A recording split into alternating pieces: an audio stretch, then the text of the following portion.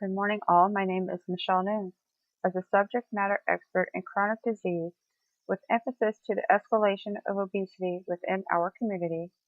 I have been selected to represent the public health in an obesity campaign with the intent to propose a health care initiative that obligates the control and prevention of the disease within a broad range of diverse populations within our community. With these objectives, I am speaking for communities of populations most at risk, as well as the influential, professional, and policymakers to illustrate a well-supported impact of the adverse effects of obesity and why it is crucial to handle this public health issue starting at its basics, continuing with effective legislation measures. Along with our crusade, the proposed policy will evaluate and illustrate whom will ultimately be affected by the policy, how the policy will discourse obesity, and what eventually will result by the enactment of the proposed policy. Lastly, the proposed policy will touch on the potential costs and benefits,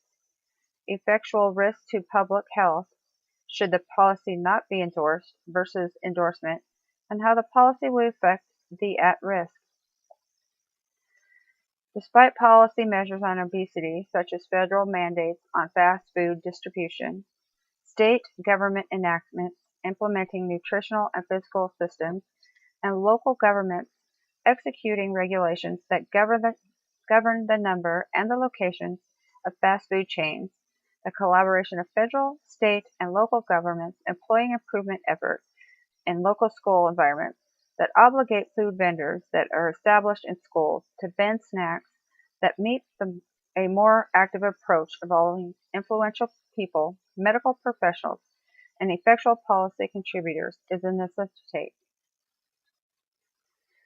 Obesity is a serious public health concern. Through 2009 to 2010, accountably, more than a third of all adults and roughly 78 million adult individuals were considered and or diagnosed as obesity considerably. It is estimated that 1 out of every 5 youth or adolescents aged from 2 years old to 19 years old were determined to be amongst the obese. Obesity affects not only the individual, but also impacts family members, the community, the local, state, and federal governments, and healthcare systems. It also involves health insurance and food and beverage industries, etc. Consequential health impacts of obesity epidemic include, but are not limited to, a negative stigma associated with the disease, an abundance of preventable deaths and related conditions of the disease, such as diabetes, heart disease, some cancers, hypertension, sleep apnea, heart disease, arthritis, and linked physical, emotional, and social challenges. The built environment is a human construct of the physical environment or default conditions of the environment. The built environment includes the overcrowding and deterioration of urban environments, cities, and suburbs. The built environment has considerable influence on the overall health of the community and is a public health issue of most importance. Further,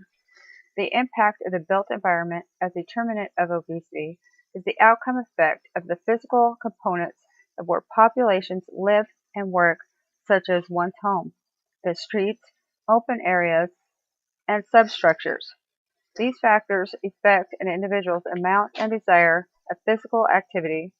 thus adversely leads to disfavored health outcomes, such as obesity, diabetes, and certain types of cancer, etc.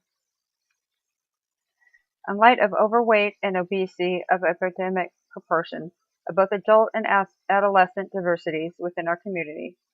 along with the considerations of associated risk factors to a ripple of chronic diseases, the construct of environmental and public health policy interventions that facets the community's powerful medical professionals and policymakers are essential. Among other collaborations of legislation measures that focus on food industries and school food distribution methods, we as a community worked together with local and state researchers, conducted a key area populations mapping approach, addressing fast food chains, parks and recreation, as well as the availability of healthy food markets.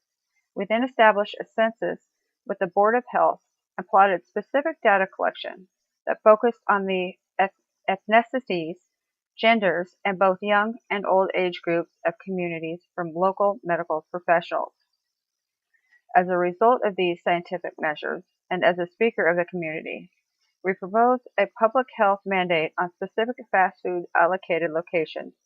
accessible areas of recreation, firm educational measures distributed through medical providers,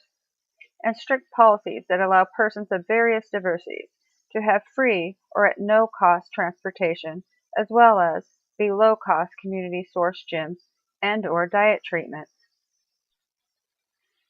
Policy initiatives directed towards increasing public awareness of obesity is key. This proposed measure will ultimately assure a decline in the key contributors of preventable chronic diseases such as heart disease, hypertension, and some cancers, etc., simultaneously reducing the epidemic rates of obesity and diabetes for all ethnic and age group diversities. Once a national health threat like obesity is challenged, the government at the federal level can resource its funding to direct a national response that then develops a thorough response plan, affords data to advise the response, and a guide to funding for local and state level responses. As soon as the financial backing and data have been established, response levels can then implement policies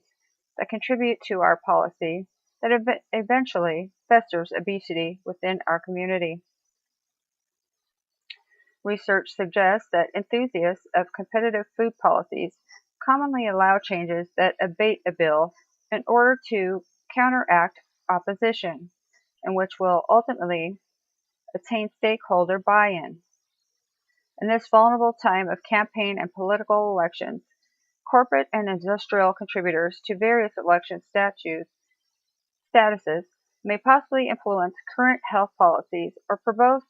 public health policies that accompany restrictions on unhealthy food and beverage taxation, the advertising or marketing of considerably unhealthy contributors such as soft drinks, fast foods, and alcohol in at-risk communities. In closing, overweightness coinciding with obesity epidemic is a national concern, causing comorbidities that include type 2 diabetes for both our young and our adulthood Americans, as well as the offset of cardiovascular disease, hypertension, an array of cancers, other potential health issues, and mortalities for at-risk individuals, including those that are a product of our built environment. Not only is obesity a major public health issue, but the effects of the preventable disease cause a burden to the funding of our nation's healthcare system, costing the United States from obesity and associated morbidities a total of 1.2% of all gross domestic product. That is why effective health policies that address the control and prevention of obesity with a substantially diverse community that obligates a collaborated effort from the influential at the local level, the assistance of medical professional providers, that obligates obesity prevention education material, as well as policy makers, is essential. Controlling obesity in our community provides an assurance of improving the lives of individuals and families, not only within our community, but the nation as a whole. Our public policy initiative as an Altarian framework that embodies a role model for all populations. Thank you.